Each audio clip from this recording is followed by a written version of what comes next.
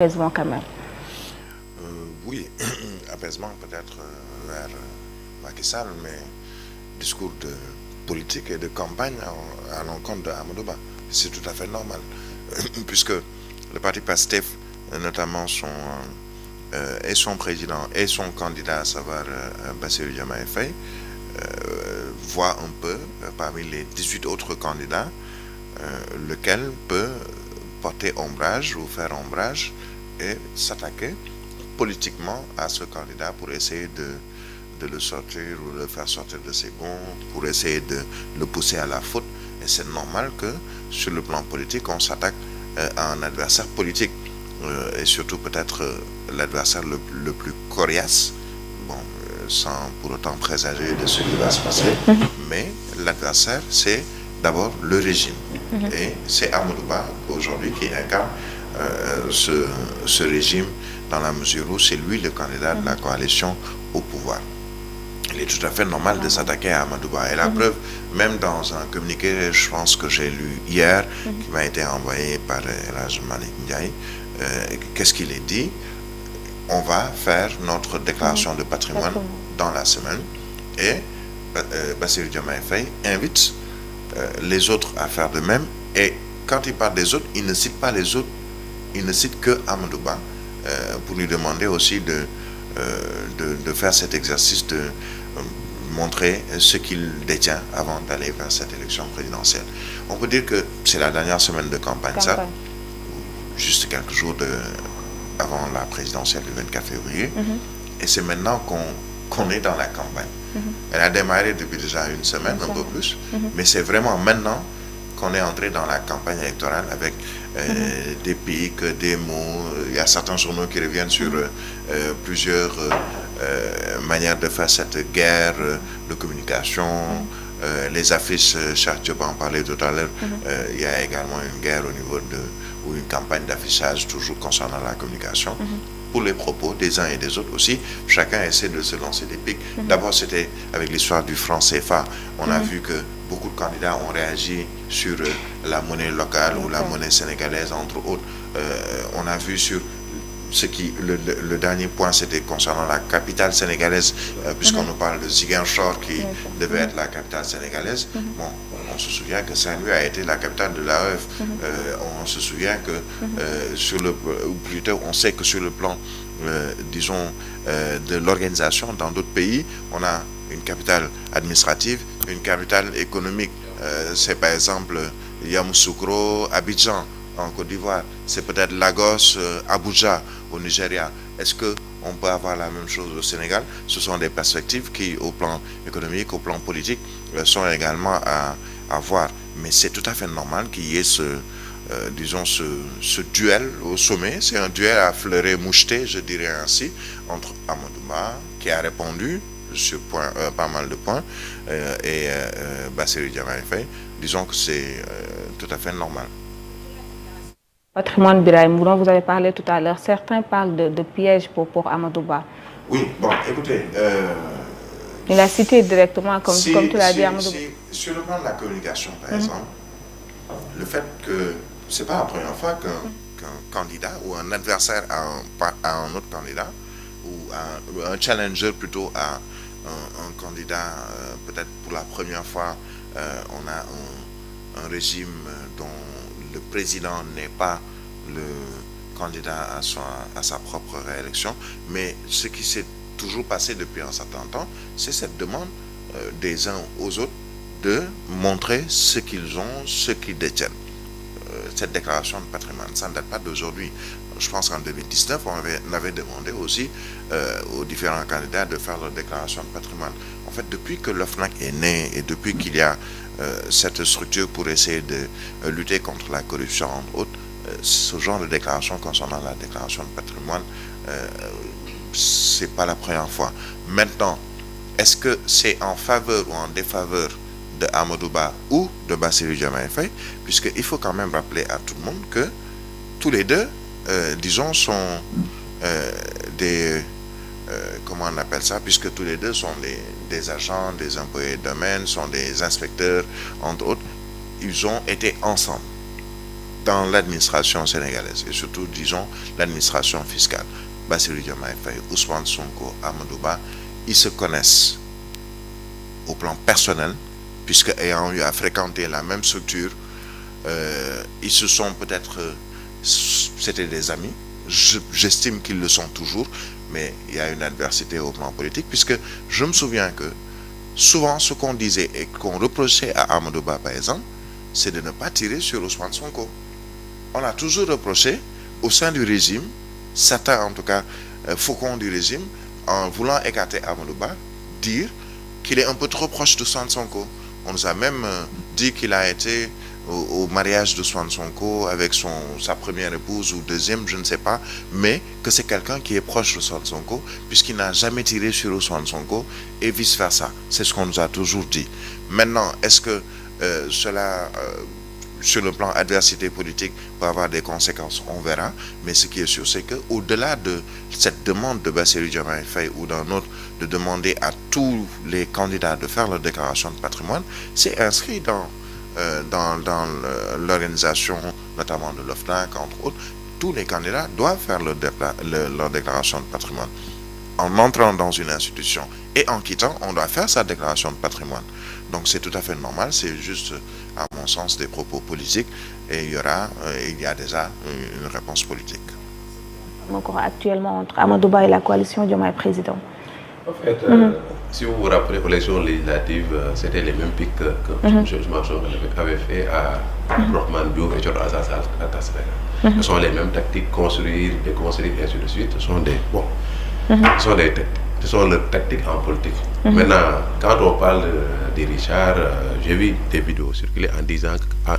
Ousmane Sonko expliquait comment Tahirou Sarr a emmagasiné de l'argent comme poste de directeur général de Cadastre. Maintenant, vous voyez, il y a des postes qui rendent naturellement riche, des postes de directeur, des postes de ainsi de suite. Il rend naturellement riche la personne. Maintenant, je ne peux pas dire que tel et tel est un voleur sans pour autant que la justice soit édifiée sur ça en disant que telle personne, on l'a condamné pour des faits tel et tel.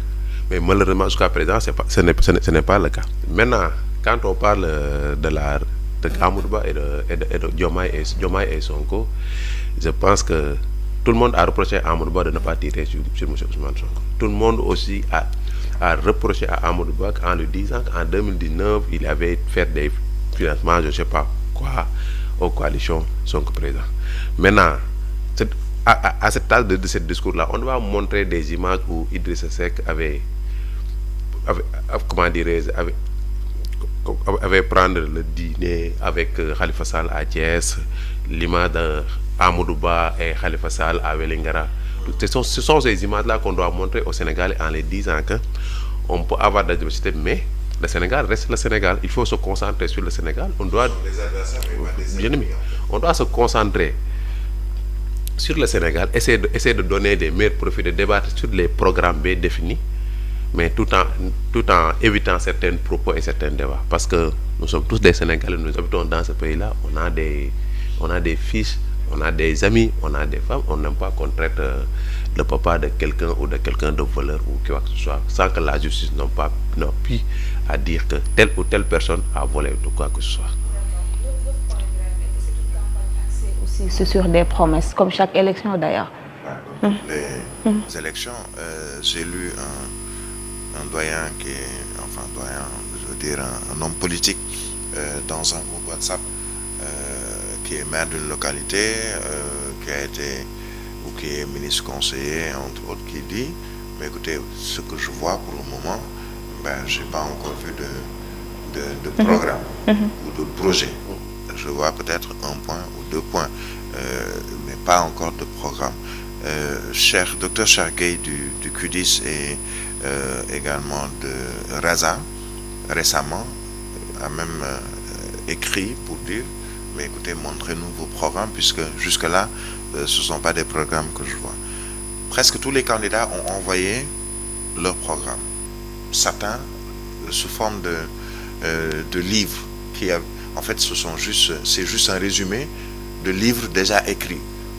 Le projet Ousmane Sonko et Bassirou Diomaye Faye aujourd'hui, pratiquement tout ce qui est dit était déjà dans le livre de Ousmane Sonko. Mame Boye Diao, tout ce qu'il dit dans son programme était dans un livre qu'il avait également écrit. D'autres ont écrit, beaucoup écrit concernant ces programmes, mais est-ce que le Sénégalais va voter programme? C'est l'interrogation. Est-ce que le Sénégalais vote programme ou vote selon peut-être le candidat, le visage du candidat, ou s'il y a peut-être des militants derrière, le choix, pas de tous bien entendu, mais le choix souvent, ce que l'on voit, c'est que quelquefois on met les programmes à côté. Sortez, allez dans la rue et demandez aux Sénégalais s'ils peuvent nous dire sur l'ensemble des candidats et peut-être même sur le choix qu'ils pourraient faire le 24 prochain, qu'est-ce qu'ils retiennent du programme ou des programmes qui ont été proposés. Et pourtant, c'est la raison pour laquelle, par exemple, certains se disent, mais bon, le temps d'antenne à la RTS, là, les 3 minutes ou 4 minutes, est-ce que réellement c'est une manière de décliner un programme? Parce qu'un programme, on ne décline pas en 3 minutes, on ne vend pas un programme en 21 jours de campagne, surtout en moins de 21, donc 12 jours de campagne, parce que c'est d'abord des pics, on l'a vu, presque ils vont se perdre dans des pics, ils ne mettent pas l'accent sur les programmes, et la preuve, le lendemain, tous les journaux reviennent sur les pics, sur cette guerre qu'il y a entre candidats, par exemple, alors qu'on ne nous montre pas le programme. C'est dommage.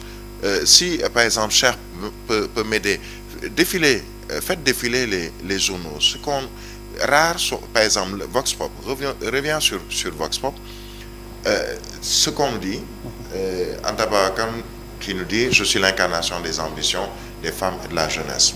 Pape Djibril Fall qui promet, au moins s'il y a un point dans son programme, au Sénégalais une vie meilleure, et qui explique un peu le pourquoi. Thierno Alassane Sall qui parle des hôpitaux. Quelques lignes du projet de société du candidat Déthié Fall. Idrissa Seck qui parle de quoi? Mais écoutez, d'accord, choisissez, mais prenez quelqu'un qui a de l'expérience, de l'expertise. Et bon, moi, j'ai de l'expérience, j'ai été ministre, premier ministre, j'ai été. Mais où est le programme dans tout ceci? Où sont les programmes?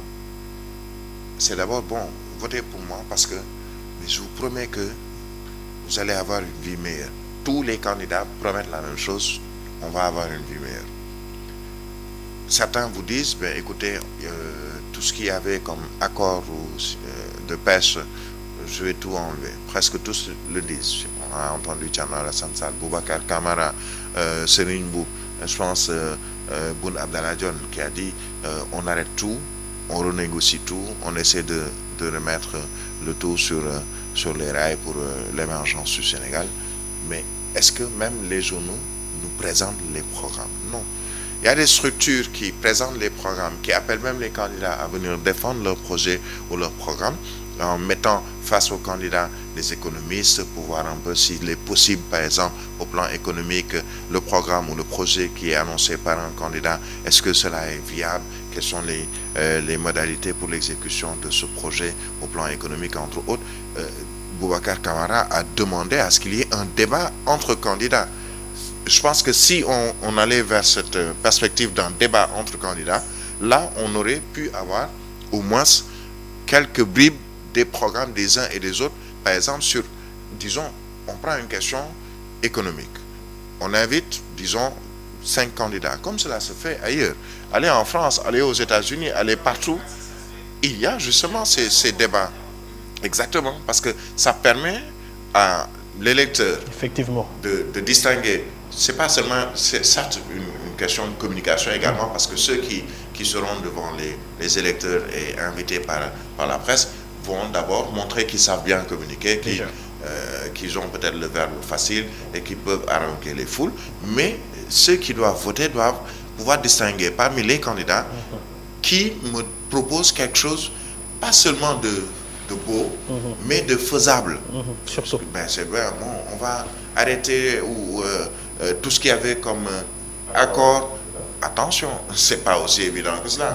Parce qu'on signe un accord, mais mais il y a des clauses dans cet accord. Surtout. Il y a même si on doit, c'est comme un contrat. C'est pas parce que j'ai signé un contrat avec Pape Makoura que je peux du jour au lendemain, mais écoutez, lui dire Pape Makoura, merci, tu peux rester chez toi. Non, il y a dans ces contrats des clauses. Donc, entre autres choses qu'il faudrait de plus en plus, peut-être au fur et à mesure qu'on avance au fil des ans, parce que je sais que bon, là c'est assez court, mais il devrait peut-être plus cette semaine-là mettre l'accent sur, au moins pendant 2 ou 3 jours, sur leur programme. Certains le font, mais malheureusement, ce n'est pas la presse ne nous parle presque pas de ces programmes-là, et ça c'est à mon avis une difficulté, surtout dans la communauté.